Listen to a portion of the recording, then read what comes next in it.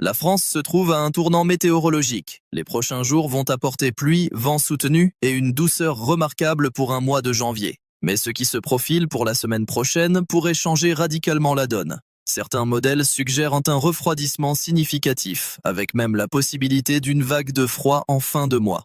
Nous allons examiner ces scénarios en détail. En ce moment, les conditions à travers le pays montrent des contrastes intéressants. En Bretagne, vous avez affaire à des pluies persistantes depuis plusieurs jours. Les cumuls commencent à devenir conséquents. Le Jura voit des températures qui chutent déjà, avec moins 12 degrés relevés ce matin dans certains secteurs. L'air arctique commence à s'installer sur l'est. Pendant ce temps, dans le Var, des alertes oranges pour inondations ont été émises ce matin suite aux précipitations intenses. Nice et Biarritz profitent encore d'un temps agréable avec une quinzaine de degrés. Cette masse de air 12 Atlantique stationne sur la façade ouest et le sud. Sur l'île de France, les conditions sont calmes mais mornes. Températures autour de 8 à 10 degrés, ciel gris. Beaucoup d'entre vous attendaient un vrai épisode hivernal. Nous allons voir si cette configuration a du potentiel. Les Alpes du Nord avaient du soleil ce matin. Au moment où G analyse ces données, certaines stations signalent déjà de la neige qui commence à tomber en altitude. La transition est rapide. Regardons maintenant les températures relevées ce mercredi à 18h pour comprendre la masse de air actuelle.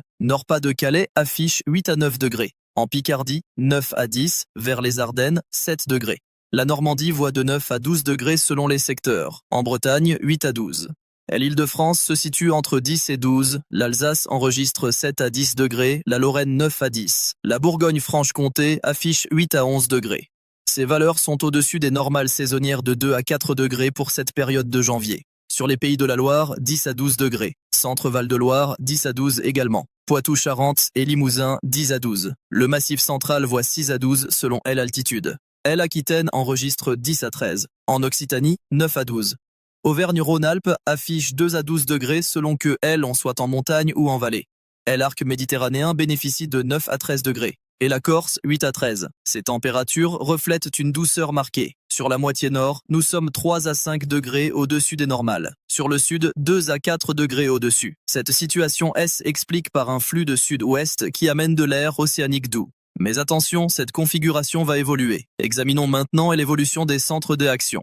Aujourd'hui jeudi, une perturbation active traverse le pays. Cette dépression située au large de la Bretagne amène un système pluvieux accompagné de vents soutenus. On observe une discontinuité sur l'isobar 1000 hectopascales qui matérialise l'arrivée de cette perturbation. Le coup de vent va concerner particulièrement la Manche. Pour les prochains jours, jeudi, vendredi, samedi, nous restons dans une configuration similaire. La dépression a tendance à se combler progressivement. Le flux reste orienté au sud. Cette masse d'air doux continue donc d'alimenter le pays. Samedi, la dépression descend vers le sud. Sur la France, le champ de pression devient assez faible. Et voici un élément important. Du côté du nord et de l'Allemagne, des hautes pressions commencent à se mettre en place. Si nous continuons l'analyse pour la semaine prochaine, ces hautes pressions progressent vers l'ouest. Sur le pays, un flux d'est-ouest semble vouloir s'installer. Nous nous retrouvons donc dans une situation de conflit entre deux masses de air. D'un côté, le flux d'est-ouest atlantique. De l'autre, ce champ de haute pression continentale. Qui va l'emporter? C'est difficile à déterminer avec certitude à cette échéance. Nous sommes à la croisée des chemins. Le modèle européen ECMWF montre des tendances intéressantes. Si l'anticyclone continental est l'emporté en fin de semaine prochaine, nous risquons d'avoir un flux d'est. Ce serait une masse d'air beaucoup plus froide en provenance de Russie. Si c'est le flux d'ouest qui domine, les températures resteraient proches des normales saisonnières. Cette incertitude est normale à 7 à 10 jours d'échéance. Regardons ce que prévoit le modèle Arpège de Météo France. Pour la fin de cette semaine, nous voyons la dépression qui descend vers le sud. Ou l'augmentation des précipitations sur le pourtour méditerranéen en début de semaine prochaine. Une goutte froide se forme en altitude. Cette configuration va occasionner des pluies importantes sur les Cévennes. Les cumuls pourraient atteindre des valeurs significatives. Pour la fin de la semaine prochaine, la situation devient complexe. Un champ de haute pression se positionne sur l'Europe centrale. Au sud du Groenland, une dépression amène un flux d'ouest atlantique. La France se trouve exactement entre ces deux systèmes. Cette position centrale rend la prévision délicate. Les deux scénarios restent possibles. C'est trop tôt pour trancher avec certitude. Cette situation est particulièrement intéressante du point de vue des températures. Nous allons voir en fin d'analyse ce que donnent les différents scénarios. Les courbes de tendance vont montrer clairement si c'est le froid continental ou la douceur atlantique qui s'impose. Mais passons d'abord en revue les paramètres météo des prochains jours. Commençons par les précipitations cumulées sur 7 jours. Le contraste est saisissant. Sur le Languedoc-Roussillon, les cumuls vont être importants. L'Aude, les Pyrénées-Orientales, l'Hérault sont particulièrement concernés. Le sud de l'Aveyron et la Lozère également. Les cumuls pourraient atteindre au moins 100 mm d'ici une semaine. Ce sont des valeurs significatives. Cette situation résulte de la remontée vers le nord de la goutte froide pour le début de semaine prochaine. Plus on remonte vers le nord, moins les pluies sont présentes. Les Vosges verront des précipitations quasi nulles dès ici une semaine. Dans les Hauts-de-France, 2 à 3 mm seulement. Sur l'Île-de-France, pareil, 2 à 3 mm en 7 jours. C'est très peu. Certaines régions seront relativement épargnées. La Bretagne avec 40 à 50 mm sur la pointe Finistère. Le Massif central aussi avec des cumuls modérés. Entre ces extrêmes, des régions où il pleuvra de façon normale. Les Pays de la Loire et l'Aquitaine, la partie ouest de l'Occitanie. Du côté de la Bourgogne aussi, avec des cumuls de 20 à 30 mm. La Franche-Comté restera relativement sèche. Ces disparités s'expliquent par la position des systèmes dépressionnaires qui restent au sud. Regardons maintenant le déroulement chronologique. Aujourd'hui jeudi, la perturbation progresse par l'ouest. C'était annoncé hier. Cette perturbation avance vers l'est en donnant des précipitations classiques. Quelques chutes de neige sur les Pyrénées, au-dessus de 1800 à 2000 mètres. Sur la Manche et la Normandie, le vent se renforce. Les dernières sorties de modèles ont revu à la baisse l'intensité de ce coup de vent. La tempête initialement redoutée sera finalement moins marquée. Demain vendredi, des précipitations persistent sur l'ouest. Rien de très significatif. Les cumuls restent modestes. La perturbation S évacue progressivement vers l'est. Le week-end S annonce relativement calme sur la majeure partie du pays. Quelques averses éparses sur la façade atlantique, mais rien de notable. Les températures restent douces. Samedi après-midi, nous aurons 10 à 14 degrés selon les régions. En début de semaine prochaine, lundi et mardi, la situation évolue. La dépression qui descend vers le sud amène des pluies sur le pourtour méditerranéen. Les Cévennes sont particulièrement concernées. Les cumuls journaliers pourraient atteindre 50 à 80 mm localement. Ces précipitations sont liées à un épisode cévenol classique pour cette période. L'air méditerranéen doux et humide remonte contre le relief. La confrontation crée des précipitations intenses. Sur le reste du pays, le temps reste assez calme mais nébuleux. L'humidité ambiante donne un ressenti désagréable. Les températures sont douces, mais le manque de soleil pèse sur le moral. Cette grisaille persiste jusqu'à mardi, puis les choses changent. À partir de mercredi 22 janvier, un refroidissement S amorce. Les modèles convergent sur ce point. Les températures commencent à baisser. Jeudi 23, la baisse S accentue. Ce refroidissement semble se confirmer pour la fin de semaine prochaine. Nous allons détailler cela avec les diagrammes de température. Passons maintenant au vent. Aujourd'hui jeudi, des rafales de 60 à 80 km/h sur les côtes de la Manche. En Normandie, 70 à 90 km/h. Sur les caps exposés, possibilité d'atteindre 100 km/h. Ces valeurs sont significatives mais pas exceptionnelles pour un mois de janvier. Les derniers modèles ont revu à la baisse l'intensité. La tempête annoncée par certains médias ne se matérialisera pas. C est un coup de vent classique. Pour vendredi, les vents faiblissent. Retour au calme progressif. Le week-end voit des vents faibles à modérés. Pas de phénomène notable. En début de semaine prochaine, les vents restent modérés sauf sur le golfe du Lion, où ils pourraient se renforcer avec la tramontane. 40 à 60 km/h. Localement, 70 à 80 sur les caps. Concernant la neige, les perspectives sont limitées pour cette première partie de période. Sur les Alpes, la limite pluie-neige se situe vers 1800 à 2000 mètres aujourd'hui et demain. Les stations au-dessus de 2000 mètres reçoivent 15 à 30 cm de neige fraîche. En dessous, c'est de la pluie. Les Pyrénées voient la même configuration. Limite vers 1800 mètres, 10 à 20 cm au-dessus. Pour la semaine prochaine, si le refroidissement se confirme, la limite pluie-neige pourrait descendre. En Alsace et dans les Vosges, possibilité de voir de la neige jusqu'en plaine à partir de jeudi 23. Mais c'est encore incertain. Les modèles ne sont pas encore stabilisés sur cette échéance. Dans les Alpes, la limite pourrait descendre vers 1000 à 1200 mètres. Les stations de moyenne altitude recevraient enfin de bonnes quantités de neige fraîche. Maintenant, analysons les températures prévues avec les diagrammes. J'ai combiné les prévisions de Météo France avec le modèle GFS américain. Cela donne une fourchette plus pertinente qu'une valeur brute. On voit aussi la convergence entre les modèles. Commençons par l'Alsace. La fin de cette semaine va être de plus en plus fraîche. Le froid arrive assez tôt sur cette région. Selon le modèle GFS, aujourd'hui nous avons une dizaine de degrés L après-midi. Demain vendredi, pas plus de 8. Samedi après-midi, pas plus de 5. Le matin, 1 à 2 degrés. Au fil des jours, les températures continuent de baisser. À partir de lundi, nous aurons entre 0 et 5 degrés L après-midi. Les gelées matinales reviennent. Nous l'avons vu sur les cartes de température. À partir de mardi 21 janvier, un temps de plus en plus froid s'installe. Gelées le matin à répétition. Ces gelées et ce temps froid pourraient perdurer jusqu'au minimum 27 janvier. L'Alsace pourrait donc entrer dans une période beaucoup plus froide à partir du 20 janvier. Météo France confirme cette tendance. Vous voyez les gelées matinales à répétition à partir du 18, minimum jusqu'au 27. Sur l'Alsace, il y a donc une période froide qui arrive. Pour le moment, compte tenu de l'incertitude, il s'agit d'une période froide. On ne peut pas encore parler de vagues de froid ni de coups de froid. Mais le froid semble revenir sur l'Est. Plus on se rapproche de la fin de la période, plus la fiabilité baisse naturellement. Vous voyez qu'il y a même des scénarios qui montrent des journées sans dégel. Il faudra surveiller cela à plus courte échéance pour voir si cette période froide sera encore plus marquée.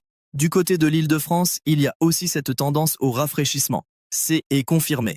Météo France et le GFS sont d'accord. Nous avons vraiment une baisse des températures. La semaine prochaine, pas plus de 7 à 8 degrés l'après-midi, 2 à 3 le matin. Dès après le modèle GFS, en moyenne, nous pourrions ne pas dépasser 4 degrés à partir du 21 janvier. L'installation d'un temps beaucoup plus froid la semaine prochaine est donc probable. Pour le moment, on ne peut que s'arrêter là. On ne sait pas encore si une vague de froid peut arriver. Nous avons un vrai rafraîchissement. On le voit avec les températures par rapport au normal. La semaine prochaine, 1 à 2 degrés en dessous des normales, que ce soit le matin ou l'après-midi. Ce n'est pas exceptionnel, mais c'est un changement notable après cette douceur. Sur Midi-Pyrénées, les choses sont moins marquées au niveau du refroidissement. La semaine prochaine, autour de 10 degrés l'après-midi. En fin de semaine, entre 11 et 14. Vous voyez un petit tassement des températures, mais ça reste convenable. Le modèle GFS en moyenne voit la semaine prochaine autour de 8 degrés l'après-midi. Le matin, on ne descendra pas en moyenne en dessous de 4 degrés. Il y a un petit tassement des températures, mais le refroidissement sur le sud-ouest est moins visible. La semaine prochaine, les températures se tassent. Nous serons en gros autour des normales saisonnières, rien d'exceptionnel. Le sud-ouest est protégé par sa position géographique. L'air froid continental a plus de mal à descendre jusqu'à ses latitudes. Du côté du sud-est, il va y avoir un refroidissement aussi. En particulier le matin. Jusqu'à lundi, il fera entre 5 et 8 le matin. L'après-midi, entre 12 et 15. Mais l'après-midi, nous allons voir un vrai refroidissement la semaine prochaine. Les températures auront du mal à dépasser les 10 degrés. C'est ce que dit le modèle GFS. Le modèle de Météo France est un peu plus optimiste. Mais on voit aussi cette tendance à la baisse. Vous voyez qu'effectivement, nous pourrions être à 4 degrés en dessous des normales la semaine prochaine, même sur PACA. C'est significatif. Le Mistral pourrait aussi se renforcer en vallée du Rhône, accentuant la sensation de froid. Faisons maintenant un résumé de ce qui nous attend. Dès ici une semaine, vous l'avez compris, grande douceur sur le pays. Mais attention, de l'humidité sur le nord en particulier. Quand je dis humidité, ça ne veut pas dire qu'il va beaucoup pleuvoir. Il va y avoir un temps assez nébuleux jusqu'à mardi. Le gros des précipitations concerne le sud. Le Languedoc-Roussillon va voir beaucoup de pluie, en particulier sur les Cévennes. Il va énormément pleuvoir sur l'extrême sud. Ensuite, après le 23 janvier, nous avons un refroidissement du temps. Très clairement, les températures semblent baisser la semaine prochaine autour du 22-23. Nous pourrions avoir une baisse des températures assez significative. Pour le moment, on ne sait pas encore si nous allons entrer en fin de semaine prochaine ou début de la semaine du 26 dans une vague de froid.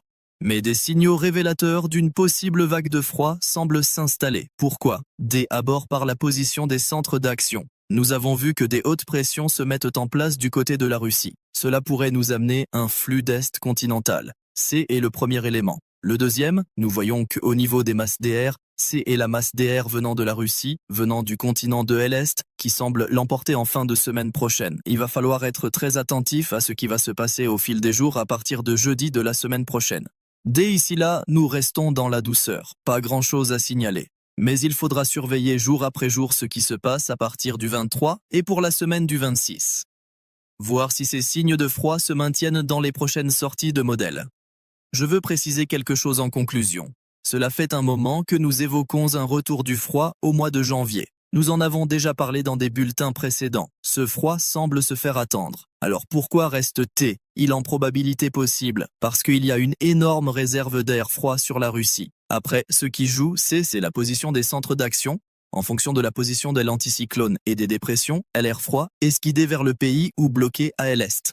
Avec un anticyclone sur la Russie, c'est naturellement que l'air froid pourrait déferler sur la France. C'est juste une histoire de configuration si vous voulez. On a les eaux qui aident là, mais il suffit que la nature tourne le robinet pour que l'air froid arrive. C'est aussi simple que cela. C'est pour cette raison que beaucoup de sites météo parlent de cet air froid possible sur la France pour cette fin janvier. L'échéance recule parfois au fil des jours, mais les possibilités d'un retour du froid cet hiver restent probables. Il y a encore beaucoup d'air froid du côté de la Russie. Les masses d'air arctiques sont présentes. Il suffit d'une configuration favorable pour qu'elles descendent vers l'ouest.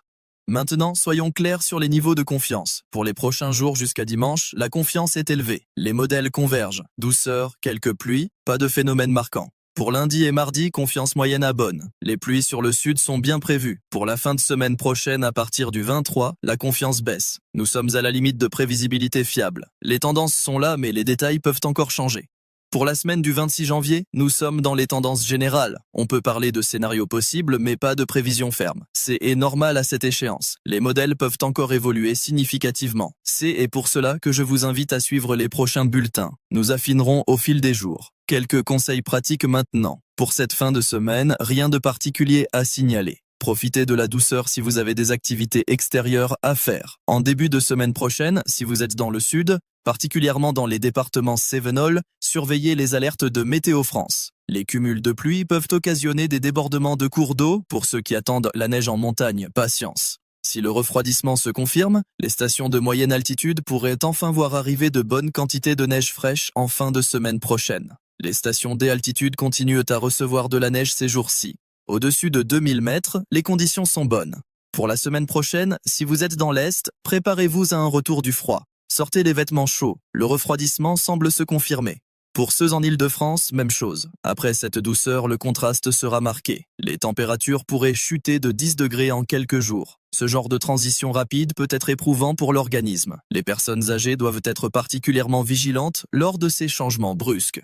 Le passage de la douceur au froid peut affecter la circulation sanguine. Adaptez votre tenue vestimentaire progressivement. N'hésitez pas à chauffer un peu plus votre logement. Les économies d'énergie sont importantes, mais la santé, elle, est davantage. Pour les automobilistes dans l'Est et le Nord-Est, pensez à vérifier vos équipements. Si le froid s'installe, les routes pourraient être verglacées le matin. Pneus hiver, liquide lave-glace anti-gel, voilà des basiques à ne pas négliger. Un peu de sel ou du sable dans le coffre peut être utile en cas de verglas. Si vous avez des conduites de eau extérieures, protégez-les. Le gel peut causer des dégâts importants. C'est le moment de vérifier l'isolation de vos canalisations. Mieux vaut prévenir que réparer. Ces gestes simples évitent bien des problèmes. Pour l'agriculture, cette période de douceur puis de froid pose question. Les arbres fruitiers peuvent être perturbés par ces variations. Le réveil précoce de la végétation suivi d'un coup de froid peut endommager les bourgeons. Les agriculteurs le savent bien. Ces yo-yos thermiques sont plus problématiques qu'un froid continu. Beaucoup d'entre vous se souviennent de l'hiver 63. À l'époque, nous avons eu des mois de gel continu. Les températures sont descendues jusqu'à -20 dans certaines régions de l'Est. La situation actuelle est moins extrême. Même si le froid arrive, nous ne parlons pas de ces valeurs-là. Vous avez vu pire. Mais après cette douceur prolongée, le contraste sera ressenti. En février 56, le froid avait été encore plus marqué. Les oliviers avaient gelé dans le sud. Ce sont des événements rares, mais qui restent dans les mémoires. Les tempêtes de décembre 99 aussi. Rafales à plus de 200 km/h, 92 morts, des dégâts considérables. Ce que nous vivons aujourd'hui n'a rien à voir avec ces événements exceptionnels. Gardons les choses en perspective. Un coup de vent de 80 km/h, c'est normal en janvier. Des pluies abondantes sur les Cévennes, c'est un épisode Cévenol classique. Un refroidissement en fin janvier, c'est cohérent avec la saison. L'hiver, c'est le froid et la pluie. Ce n'est pas l'apocalypse. Les médias ont parfois tendance à dramatiser. Restons factuels. Cette situation mérite attention, mais ce n'est pas sans précédent.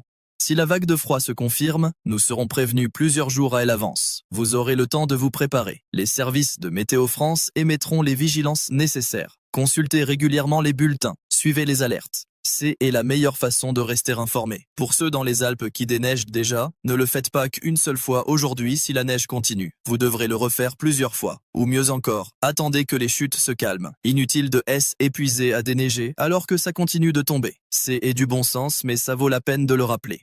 Si vous avez des projets pour le week-end, les conditions sont favorables sur la majeure partie du pays. Évitez simplement le sud méditerranéen lundi et mardi si vous n'aimez pas la pluie. Pour les déplacements en début de semaine prochaine, surveillez les conditions dans le sud. Les routes peuvent être affectées par les précipitations intenses. En fin de semaine prochaine, si vous devez circuler dans l'est, soyez prudent. Les conditions hivernales pourraient s'installer rapidement. Route glissante, visibilité réduite par les chutes de neige. Adaptez votre conduite, réduisez votre vitesse, augmentez les distances de sécurité. Ces précautions de base sauvent des vies. Pour résumer l'ensemble de la situation, aujourd'hui et demain, temps perturbé avec pluie et vent. Douceur maintenue, week-end relativement calme avec des températures agréables pour la saison. Début de semaine prochaine, pluies importantes sur le sud. Ailleurs, temps nébuleux mais calme. À partir du 23 janvier, refroidissement progressif. Possibilité d'une période froide en fin de mois selon l'évolution des centres d'action. Les modèles montrent des signaux intéressants mais pas encore de certitude. Il faut rester vigilant.